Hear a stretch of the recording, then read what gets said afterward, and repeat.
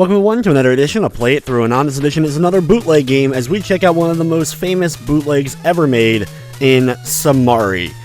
Yes, Somari. It's basically Sonic the Hedgehog 1, as you can probably hear from the opening music, and instead of Sonic, you're playing as Mario. There's other versions of this that have actually Sonic on the NES, but this was one of the very first bootlegs I had ever come across, or hacked games. And it's one of those ones that has consistently, reappeared over the years when looking for random stuff, and so I figure it's far time I've gone ahead and do a play it through for it. The game controls, interestingly enough, you have some weird momentum stuff, like you start off really slow, and then you can gain momentum, which is needed sometimes to make a few jumps. They also kind of use similar areas to one another to kind of pad out a couple of the levels, mostly in Labyrinth Zone from what it looks like. Labyrinth Zone is always a nightmare, and particularly a nightmare in this particular bootleg. I'll also say, while the music isn't great, it's not the worst I've ever heard. They tried to replicate the songs from the classic original Sonic the Hedgehog, and there are a few things missing, though. Scrap Brain Zone is pretty much completely gone, except for Final Zone, so you're moving right on from Starlight Zone and going right to the final boss fight, which isn't the best. Probably the worst aspect of this game is that final boss fight. They've also changed up the Starlight Zone boss. I guess they weren't able to kind of get that kind of boss to work in this version. They're on the NES or whatever, but they changed up the boss, which is not the worst thing either. It's overall an okay boss.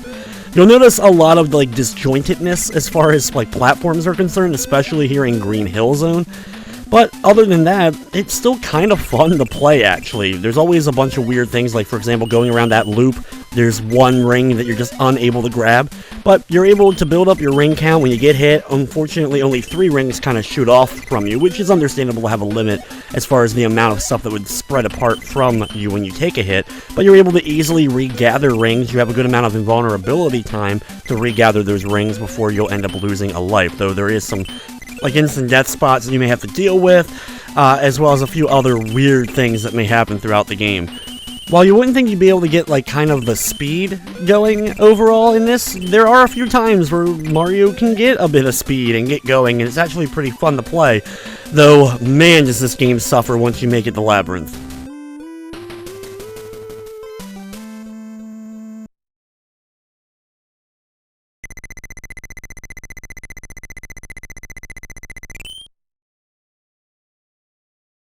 There's also a lack, or seemingly lack, of the bonus zones, though maybe I just don't end up a level with enough rings to end up activating it.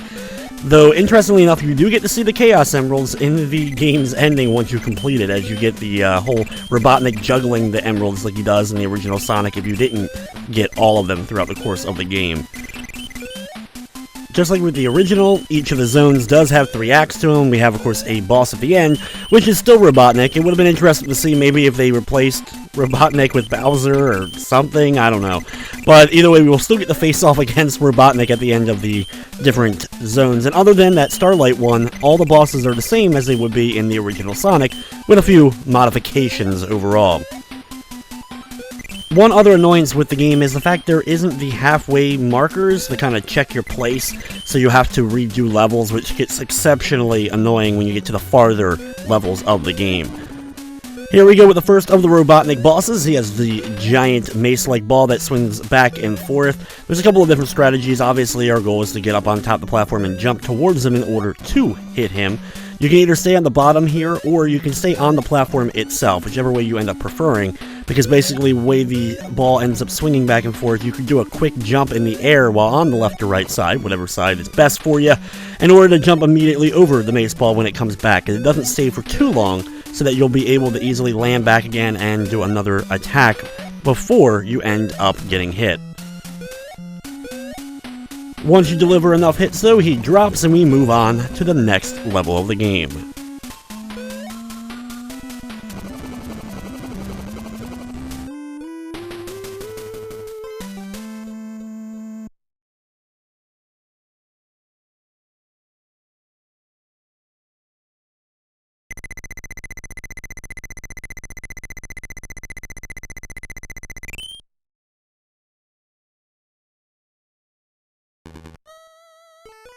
Always been a big fan of Marble Zone. I just love the whole kind of setting to everything. It's kind of like a Greek type setting, which I always thought was really cool back in the day on the Sega Genesis. And this version's okay. Really annoying bug enemies firing at me as soon as I begin the level. And it's kind of weird how the fire on the platforms, when it does end up appearing, just kind of slowly creates new little tiny fireballs as it's moving across. Just kind of weird, but they did an okay job, I guess, of trying to replicate what it does on the Genesis version. Inside, of course, we're going to drop on down here. We're going to bounce off a ton of bats as I make my way over to the far left wall, watching out for spikes and then more lava down below. Thankfully, when hitting the lava, it doesn't instantly kill you, so we're able to kind of bounce out and get more rings, or get the rings we dropped back, so that we're able to keep on moving through the area.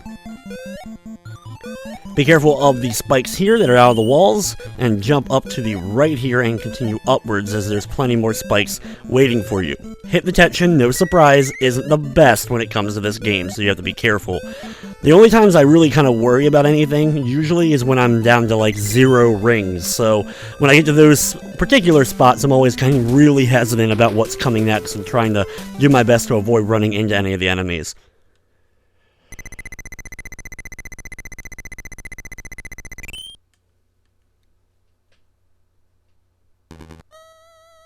Moving on to Marble Zone Act 2, as we start off the level, we can grab some more rings right away, which I do recommend doing instead of running off like I do.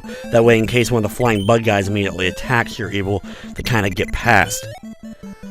We're going to ignore this first little area and head to the right and go inside of here instead. The other area just was some extra like rings and such. You're going to jump on these moving platforms and have them swing you across. You can also, of course, kind of speed through if you want to without caring too much about how many rings you have. You can kind of take a hit or two from the lava and just kind of jump on through real fast.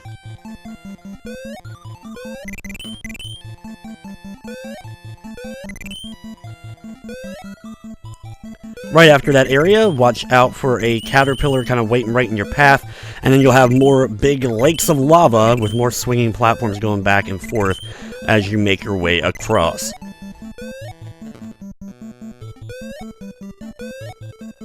Watch out for these spikes here, and as you make it to the top, you're going to have more swinging platforms. In fact, you can see kind of the platform swinging and glitching its way kind of through the wall there for a few moments. Kind of weird, and just one of those anomalies that happens to go on in this particular game.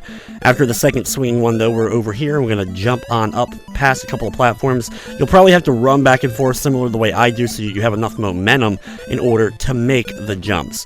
Then once you are out of that area, we have a series of jumps on some small platforms with the lava kind of dripping down and jumping up out of the lava, firing shots everywhere.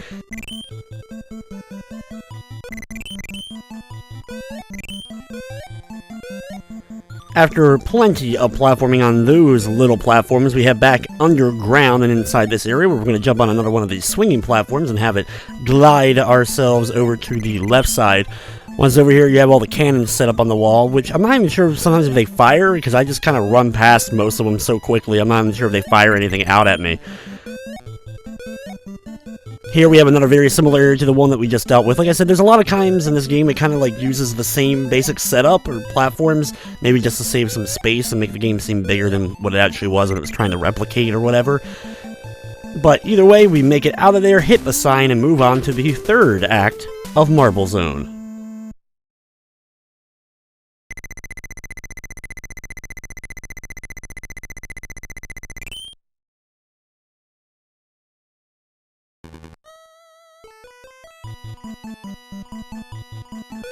Marble Zone Act 3 starts off similarly to the way the other two acts started off. We have some rings right at the beginning and plenty of the flying little bug dudes that are trying to shoot down on me.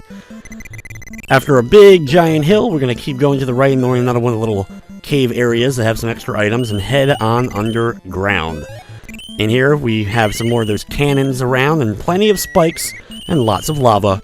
So we're going to be cautious or suicidal. Depends on how you feel like playing. If you play being cautious, or if you play like I do and just keep running until you run out of rings. And then when you run out of rings, then you kind of got to slow things down a little bit, like right here. Take your time and try to get a hold of a ring as soon as possible.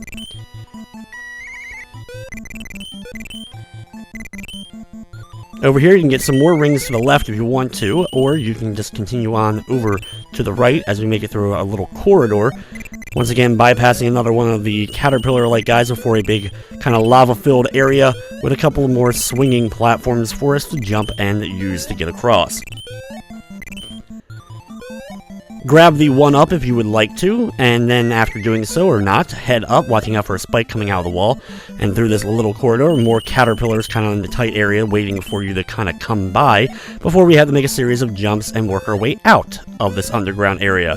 There is some spikes, so you have to be a little bit more cautious than we have on some of the previous areas like this.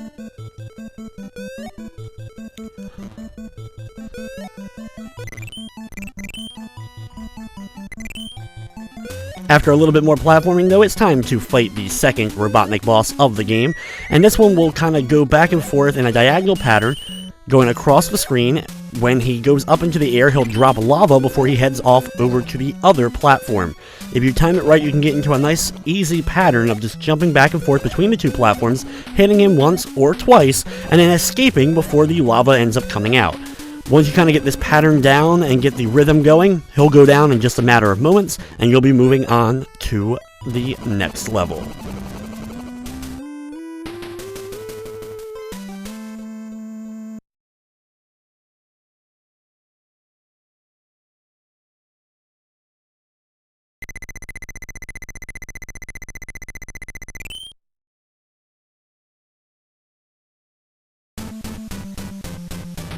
Next up is Spring Yard Zone, and even though it has spring in the title, I feel like there are way too many springs in Spring Yard Zone. In fact, I made that joke during my top 10 worst Sonic levels, and some people were like, well, that was redundant. It was supposed to be a pun, or a joke, but people didn't really see it as that, because I guess I said it too seriously.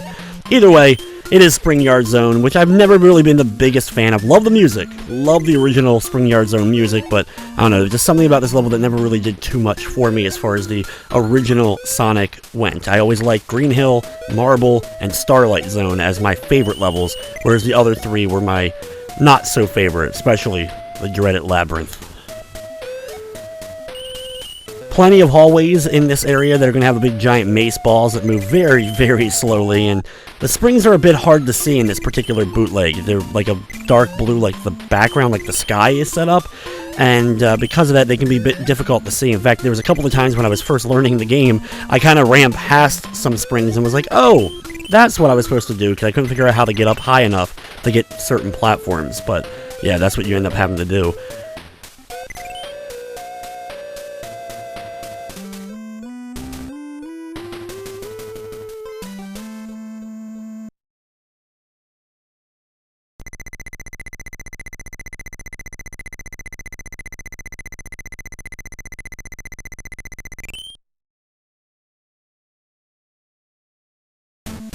Moving on to Spring Yard Zone Act 2, which is pretty much more the same of Act 1.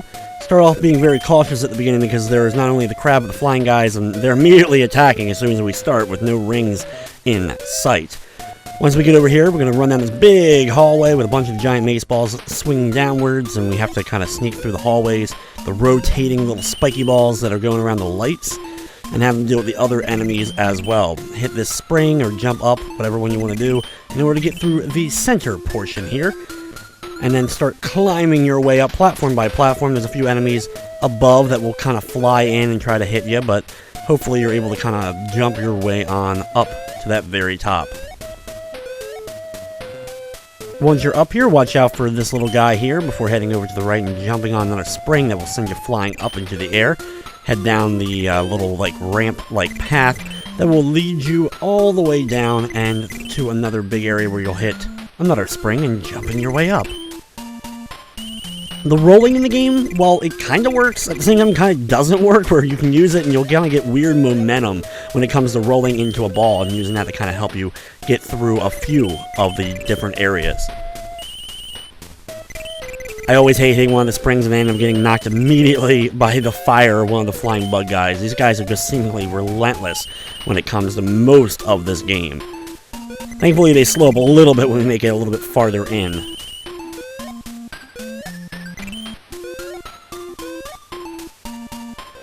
After a couple more mace balls and one more crab, we hit the sign and move on to the third act of Spring Yard Zone.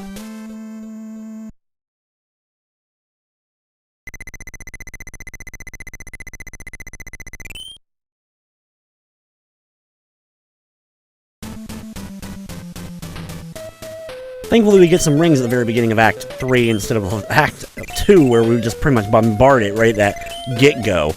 Either way, we're going to jump down here and hit a big spring bouncing upwards. Try not to get knocked backwards. Thankfully, when you do get knocked back in this particular bootleg, you don't get knocked back too far. You kind of hit like an invisible wall and then fall straight down, which is actually beneficial in a lot of ways. That way you don't end up like getting knocked back too far off of ledges and the like. Here we have that pretty much same area we did before. We're going to either hit the spring in the center, hit the one to the right, or we get to the platform and then start climbing your way on up to the very top. Had to slowly do so, but there's not as many enemies seemingly here. I don't know, it just didn't spawn. The game, of course, has plenty of inconsistencies when it comes to enemies, just like everything else is inconsistent in this.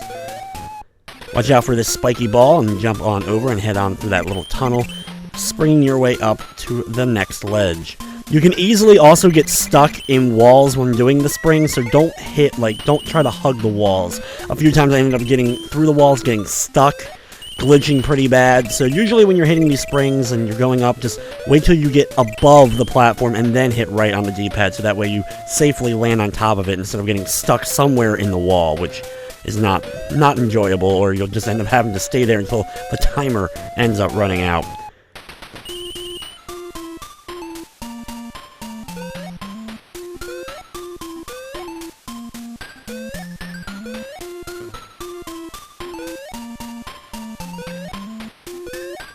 After a pretty annoying set of corridors, we're going to hit the spring and jump all the way up to the very top, watching out for a couple more spiked balls of death as we try to jump through them and trying to get through this little area.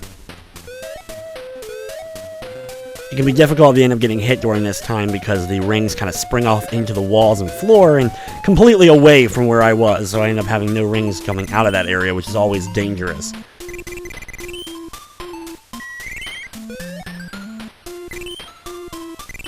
Here, we're going to bounce off another spring and go inside of here. Once again, being careful not to go too far into the wall, just because this is a spot in particular where I ended up getting stuck one time.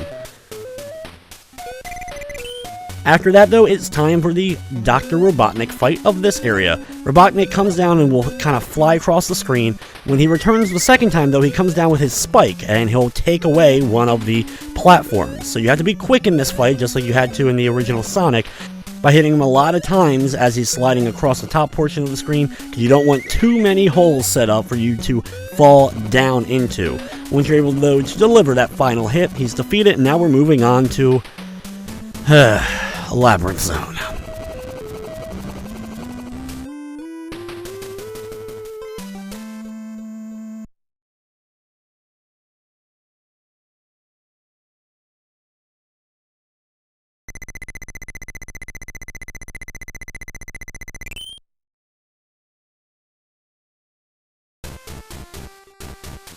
So begins Labyrinth Zone. The reason why it's particularly bad in this version is because the little water bubbles that you need in order to breathe don't always work. There's some just kind of sitting there that don't even spew bubbles, so you have to make sure that's the case, so you can't go too far without waiting. The bubbles take forever, along with the entire game comes to a screeching halt once you're underwater.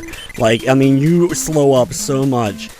What's jarring is when you're playing the game yourself, and you're going through this whole area, and you get out of the water, like how much the game just immediately speeds up. You're like, wow, like you have to even like stop for a second to kind of, you know, realign yourself because it's just such an increase in speed.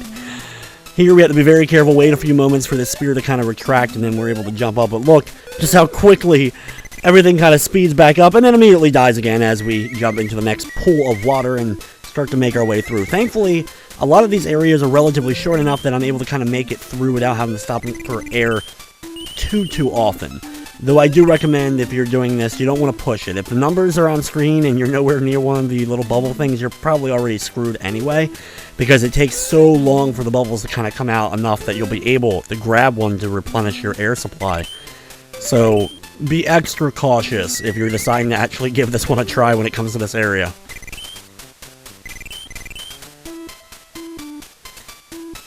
So the areas in general here in the underwater place, not only are they so slow, they also then seem longer, as well as they repeat. Like right here, this whole little area, like where it's like kind of that overhang platform and we have to go right to continue, you see that same exact spot like 4 or 5 times throughout the levels here in Labyrinth Zone. Pop out of the water just very briefly in order to drop back down, watching out for this spear that's coming out of the other platform, and then dropping on down and continuing over to the right. These very annoying enemies throughout the course of here that will, you know, have the spinning spikes around them and then they slowly fire them off. They fire pretty slow and are hard to hit while they still have all their spikes on them, so I end up getting hit pretty much every single time one of these guys is on screen. It's really hard to kind of even dodge the spikes they end up throwing out. So most of the time, I'm pretty much going to guarantee I'm going to get hit at least once. Sometimes I got hit multiple times from them. Because this segment's a little bit longer, I'm going to stand here and wait a few moments for a bubble to finally show up, and when it does, I can grab it and continue on. That way I'm just making sure I'm safe, and I won't end up running out of air while making it through the rest of this little area.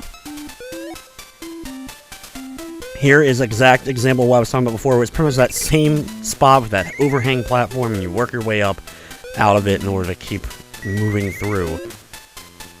Here we have to do a bit of climbing, as there's some spikes and the like, but we're actually going to jump up here and head left instead of going right, and by doing so we're now dropping back into the water again, but this time we're a little bit elevated from where we were before in kind of a different area overall.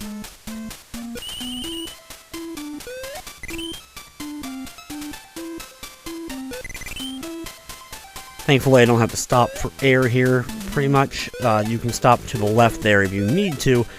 I'm going to keep on going. This area is pretty long, so I'm going to have to probably stop as I make it through. But I'm going to try to do my best to get as far as I can without having to stop for the air. After climbing up a little bit, we have a corridor where we're going down, and spikes are going to start flying at you from the side here because you're unable to see the enemy, but they're able to clearly see you and start throwing their spiky ball things at you.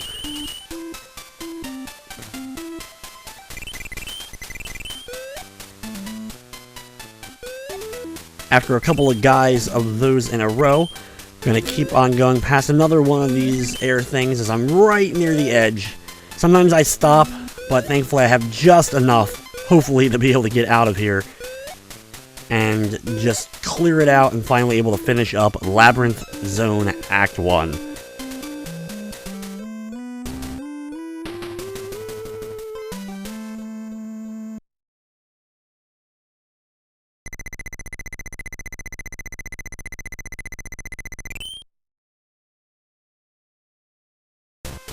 After what already felt like a marathon with Act 1, we move into Act 2, thankfully starting with a couple of rings right near us, so we have those before any enemies or spikes get in our potential way. Just after that, we're going to slide on down these waterfalls that will kind of pull us towards the water below and drop us down. Once down here, we're going to start making our way over to the left, rotating spike ball of doom, going around here, trying to get by. I actually sometimes get hit multiple times by that same spike ball as I'm trying to make that jump over it. One of the things I was thinking of when I was working through this game, trying to like master it the best I could, was the fact that I haven't really seen any of the other, like, if there's been any other remakes of Sonic into Famicom games. Straight up, like, did they do a Sonic 2 or Sonic 3? Like, rendition of Somari? Did they actually try to take other Sonic games and turn them into a Famicom title, whether it be with Mario or whether it be with Sonic or anything? If they have, please let me know, because I'd be very excited to actually try them out. Right here, before heading up, I'm going to wait, even though you can't even see the bubble pile. It's actually like below or in the wall or something, but either way, bubbles were spewing out, so that allowed me to get some more oxygen before heading through this nice spike corridor, which is really hard to get through without getting hit. Or you can just glitch it and walk through spikes, because that's the thing that can happen sometimes, just because of you have the overall not perfect platform making and stuff, hit detection as far as this game is concerned. Be careful of the spear that's coming out there before we head up out of the water, immediately speeding up to a nice brisk pace before we head all the way up and head on over to the right, dodging out for plenty of more spikes and such before heading down and back down into the water.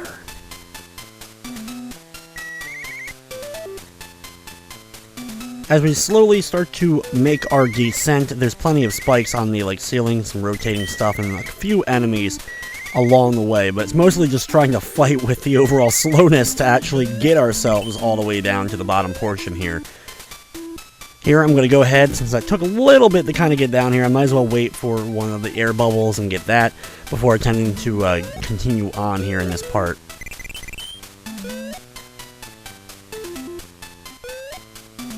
Right over here to the left is another one of those weird enemies with the rotating stuff around them, but we're going to be heading down anyway, so even though he hits us, it drops us down to where we're going, so kind of helps out a very, very tiny bit, I guess.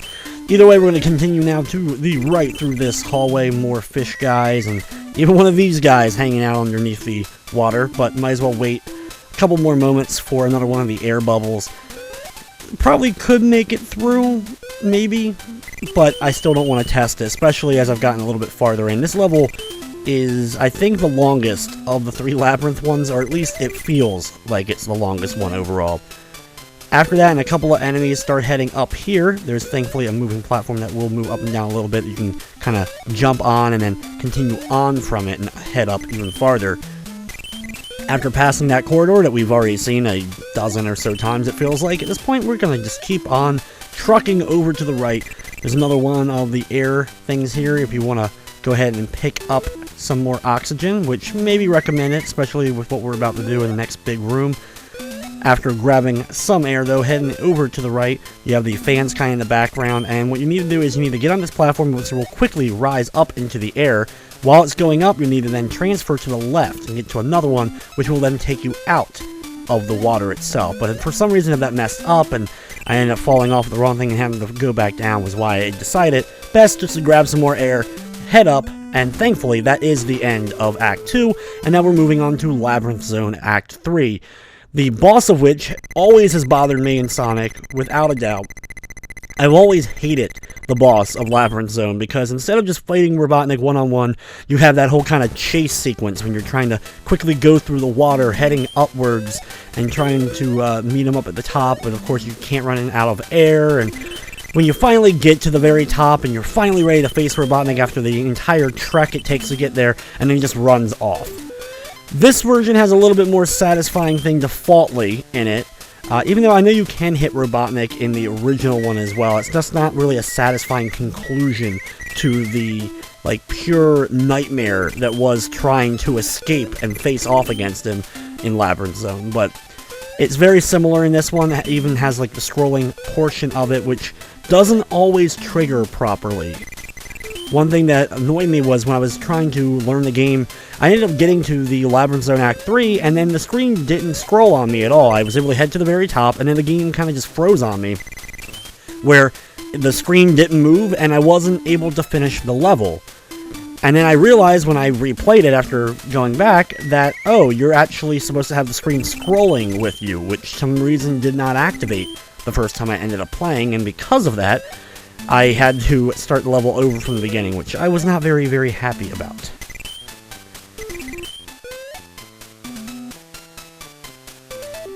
Slowly but surely, we'll make our way through the long underground water trenches, trying to grab some air when needed. I'm going to wait right here, more air bubbles kind of like popping out of the wall itself, but thankfully it's able to replenish.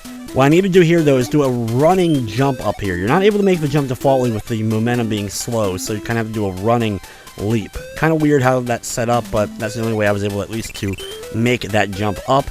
As I head up now, though, I have to watch out for some spears popping out of the wall, past this wonderful overhang corridor for the 100,000th time, and keep heading right past more spiky dudes and one of those rotating enemies. In the next segment, you're going to start heading upwards. You can use either way to kind of head up, get a little bit of momentum when it comes to your jumps, and this will allow you to jump far enough in order to land safely on the platforms. Thankfully, we're out of the water, at least for a few moments, and can head on up and over to the right. After just a little bit, though, we're going to end up hitting another one of those water slides and heading back downwards. Once down here, there is immediately one of those harpoon spear-like things kind of popping out waiting for us, and our goal is to keep on heading down to the bottom. Once we're down here, you can pass one of the bubble things or grab some oxygen and head on over to the right side.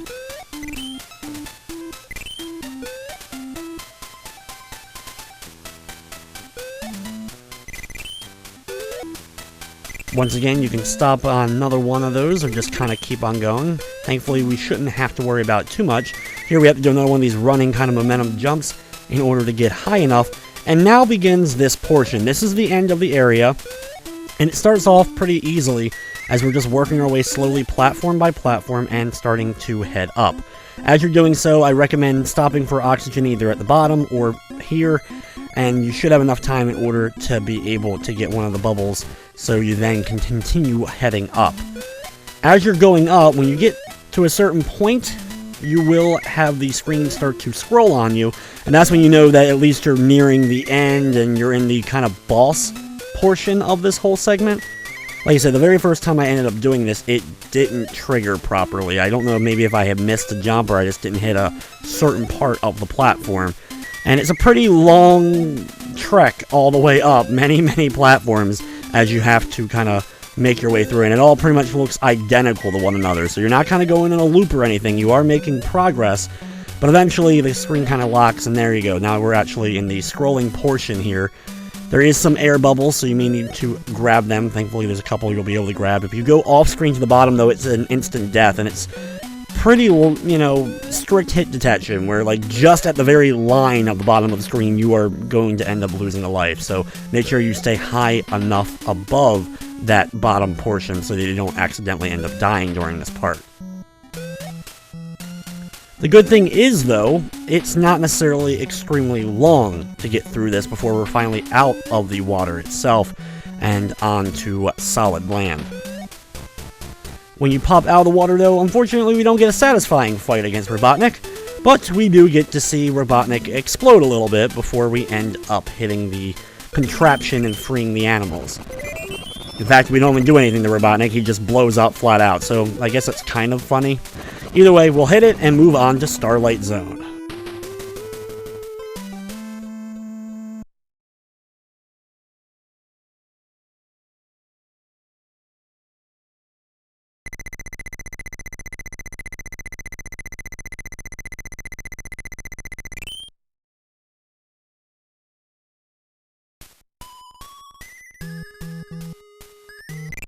I'll never forget quite the joy I had as a kid when I finally beat Labyrinth Zone for the very first time. Something that I'm able to do, you know, every time now that I play Sonic. But back then, it took me a long time to beat Labyrinth Zone all the way through. And I wasn't using the level skip cheats or anything like that originally. And I just never forget getting to this part. I fell in love with the music instantly. And then it was just like so much fun to be able to like run around some crazy platforming, new enemies and the like, and just was like, wow, I finally have done it. It took me a while still after that to finally be able to beat Sonic for the very first time without using any kind of cheats or anything. But still, like, that first moment was like so satisfying that I have finally made it past that very troublesome spot.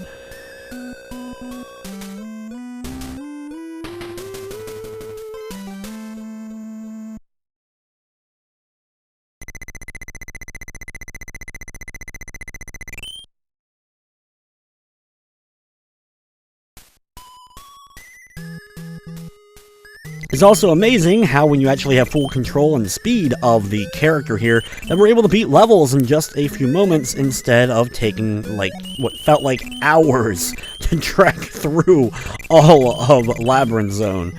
There's plenty of loops here, though, that still kind of glitch the way that the loops did in Green Hill Zone, where there's, like, that one ring that just we don't end up grabbing. I still don't know what is up with that as far as the hit detection goes for it. There's also a few kind of, like, side paths in other areas, and you can end up kind of getting stuck and have to backtrack a little bit in Starlight Zone, so it's not, like, a perfect level overall, but much funner overall, I think, to play than the previous zone. I also have a tendency to suicide into the exploding little robot guys on a regular basis, getting hit pretty often by those guys.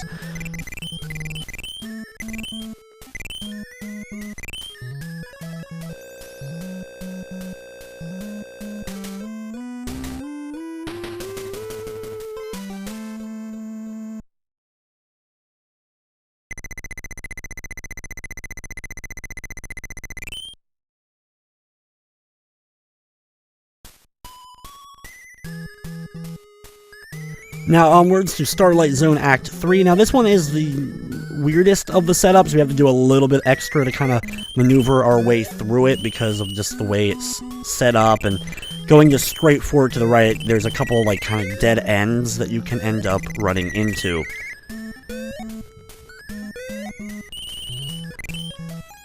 Here I end up making a little bit of a mistake. As I head left, I head upwards using this spring, but you actually want to head down.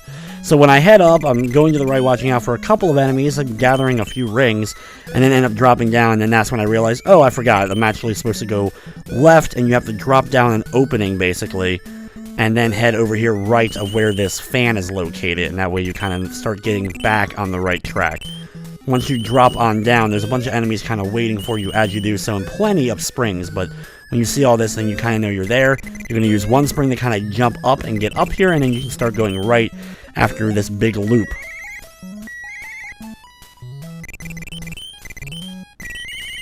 Eventually, you'll be all the way down, like kind of the very bottom ground level of the stage. And once you are down here, we're going to use this spring to kind of spring our way up to this platform and then make a couple of other jumps so that we can stay a little bit up and eventually make it to this spring here. Once we've made it to the spring, jump up on the platforms a couple of times and get up to this portion. Unfortunately, you can't spring your way all the way up to the ramp that you can see kind of above you when you hit it, but instead you're going to head over to the left side using this spring and then heading to the right. This ends up putting us where we end up needing to go as we get near the end of the level here after another big, giant one of these upswing loops. We keep on heading over to the right, watching out for a few fires shooting things, a couple more ramps, but then it is time for the Robotnik boss of Starlight Zone Act 3. For this fight, this is a pretty difficult fight. It was, like I said, it was added. It's not the traditional fight where you use like the seesaw things to kind of knock the exploding stuff up into Robotnik. He only has two things, though, he does. He ends up going across the top portion of the screen, firing at you, which he's too high up in order to actually hit. But you can easily get in between the fireballs, and he ends up kind of throwing out from him. Instead, when he comes back around from the left side of the screen, he goes by really quick. I like to either do a jump or do a roll into him, and this will allow me to hit him and then try to get into place to watch out for the fire that he then shoots out again. Sometimes it's difficult to hit him with the roll or jump and get away from that fire as it comes out. You're going to have to kind of get used to like the way the roll kind of works, as like I said right here, I ended up falling backwards a bit too much, and that ended up causing me to get hit, which knocked my ring off. So now I don't have any rings as I have to finish up this fight. It's a pretty intense part of the game here just because we're right near the end. We don't want to redo the level, and we don't have any rings either. And it's a lot of hits, and you can only seemingly hit him one time per time through. But once we're able to deliver the final hit, it's time to move on to the final boss of the game.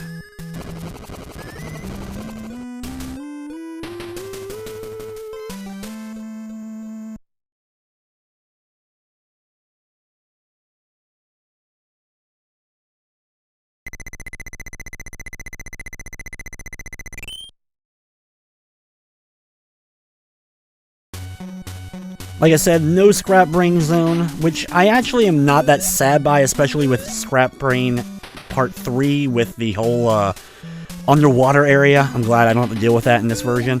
But anyway, it's very similar to the original Sonic boss, but he only comes out at two spots, seemingly. Starts off on the far left side after dodging the electricity, and then he'll come from the closest bottom right one, the closest to the right side of the screen.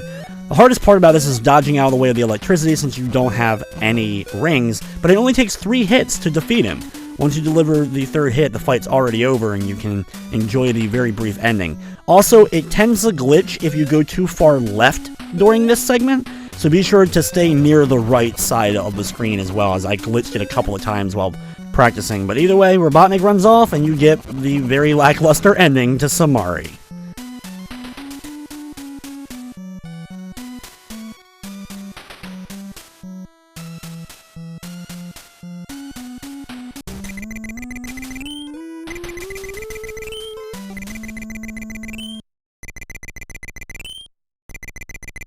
So there you have it, the end with I Will Be Back, with Robotnik juggling the Chaos Emeralds above him. But there you go, that is Somari, one of the first bootlegs or weird kind of hacks I've ever really seen of an old school NES game. It's still kind of fun. I've even seen that people have hacked it and made improved versions of it, which I have not tried out myself, so that's still kind of a cool thing that people have done with it. But either way, guys, that will wrap up this episode of Play It Through. I'd like to thank you for watching, and of course, I hope you enjoyed.